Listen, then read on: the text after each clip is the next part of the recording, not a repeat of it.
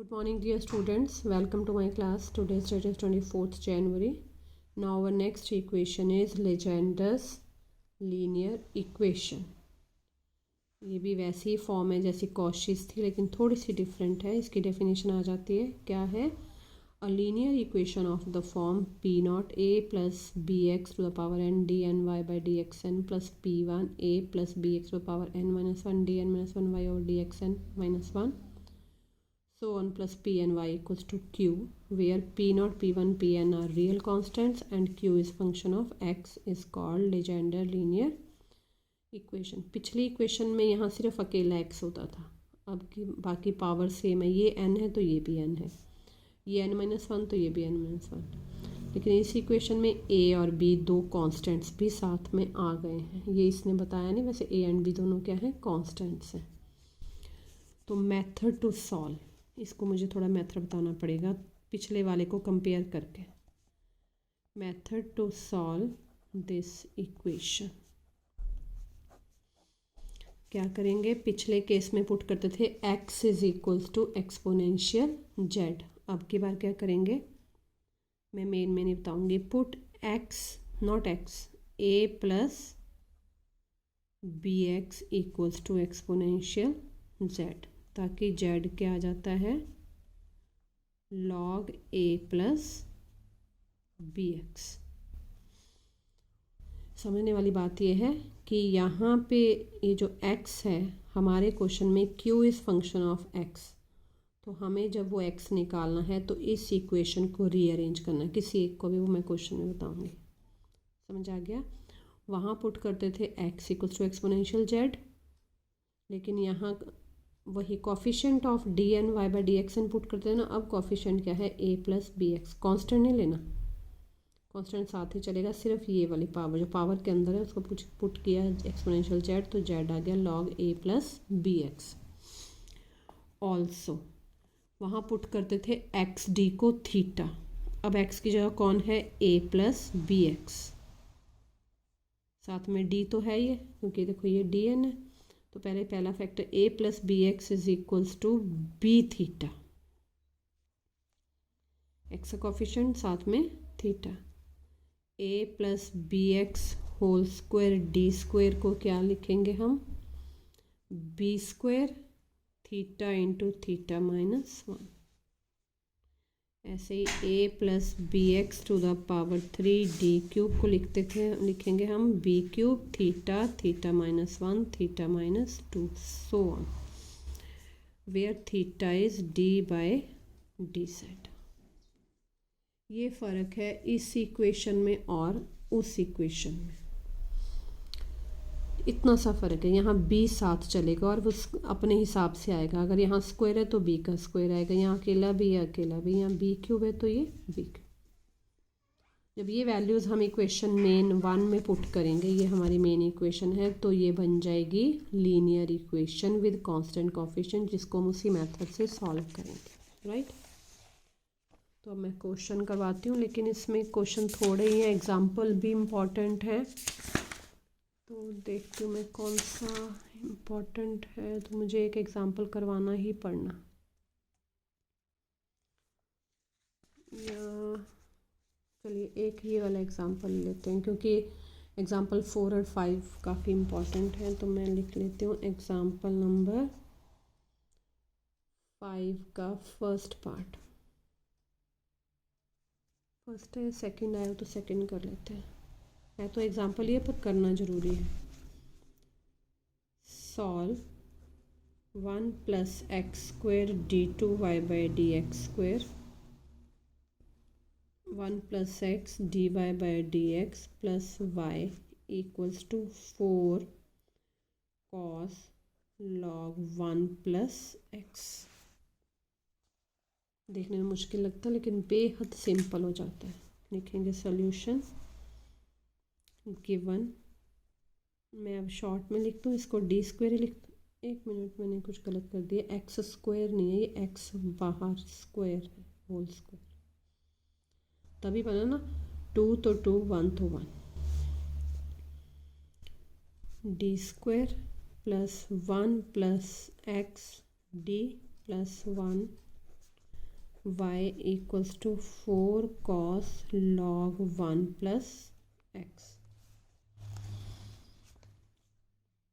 क्या करेंगे, इसको नंबर 1 पुट कर देंगे, रखेंगे put.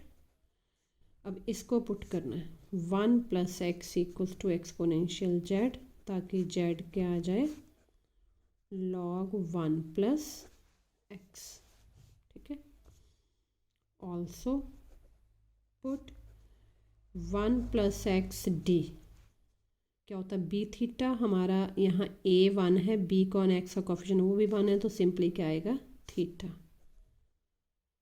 1 plus x square d square, b 1 नहीं है तो 1 का स्क्वायर 1 ही रहा, ये वही रह गया थीटा इंटू थीटा माइनस 1। ऐसे लिख लो, ये 1 इंटू थीटा थीटा, ये 1 square into theta theta minus 1, that is theta theta minus 1,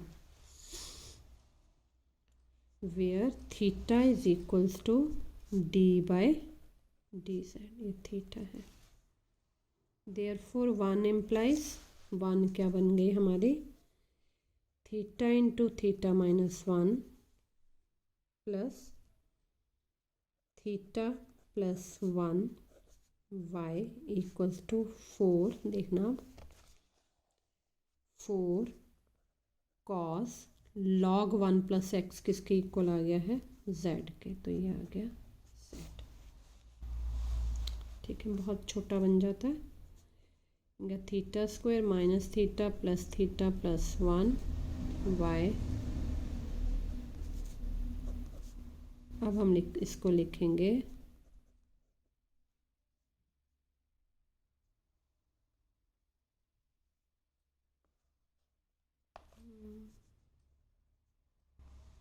इसको इक्वेशन 2 बोल देते हैं, इसको लिखेंगे equation 2 is a linear differential equation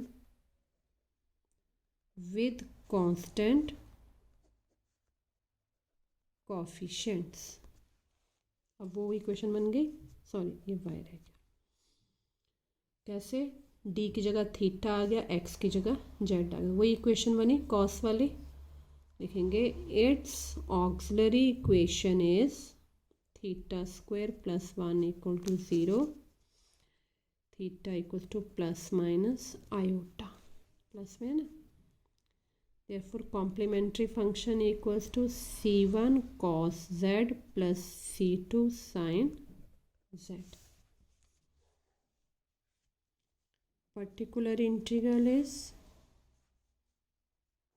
1 upon theta square plus 1 cos z, sorry और भी है साथ में 4 भी है, 4 cos z, तो ये 4 तो वैसे ही फ्री है, ये बन गया। कॉस का मेथड कहता है क्या पुट करना होता है, जेड का वहाँ एक्स का कोफिशिएंट पुट करते हैं, यहाँ जेड का, किसको थीटा स्क्वायर को पुट करेंगे -1 का स्क्वायर, दैट इज -1। जेड का कोफिशिएंट कौन है 1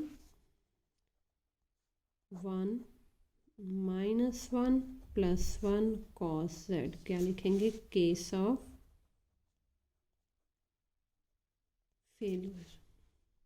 उस आगे वापस जाएंगे इस क्वेश्चन पे, वहाँ x से मल्टीप्लाई करते थे, यहाँ z से, नीचे वहाँ d से डिफ्रेंशिएट करते थे, यहाँ थीटा से। 1 का डेरिवेटिव 0, ये आ गया 4 मतलब 2 goes 2z 1 upon theta cos z, that is 2z integration of cos z। Cos की इंटीग्रेशन होती है साइन z। यही आता है, गलत तो नहीं है, कई बार कोई टर्म छूट भी जाती है।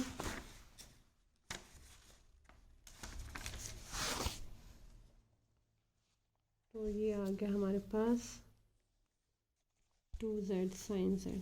therefore complete solution equals to complementary function plus particular integral। complementary is c1 cos z plus c2 sin z, particular है 2z sin z, but this is not our answer। solution of equation 2 is y equals to ये भी y होता है, बस ये है ये z में है वो x में आएगा। c1 cos z क्या था, z था log 1 plus x plus c2 sin z था log 1 प्लस 2z, z क्या था log 1 प्लस x और sin z sin log 1 plus x। This is the solution. ठीक है, ये तो और भी ज़्यादा इजी क्वेश्चन हो गए, लेकिन इसमें ज़्यादा मज़ा तब नहीं आया क्योंकि यहाँ x का कोफिशिएंट 1 ही था। अब मैं आपको करवाऊँगी कल क्वेश्चन नंबर एक्सरसाइज 6 भी है, उसका क्वेश्चन नंबर 3 एंड 5, बस ये 2 ही करवाऊँगी, फिर आपका 2 यूनिट ख़त्म हो जाएगा। ठीक है, that's all, thank you very much, have a nice day.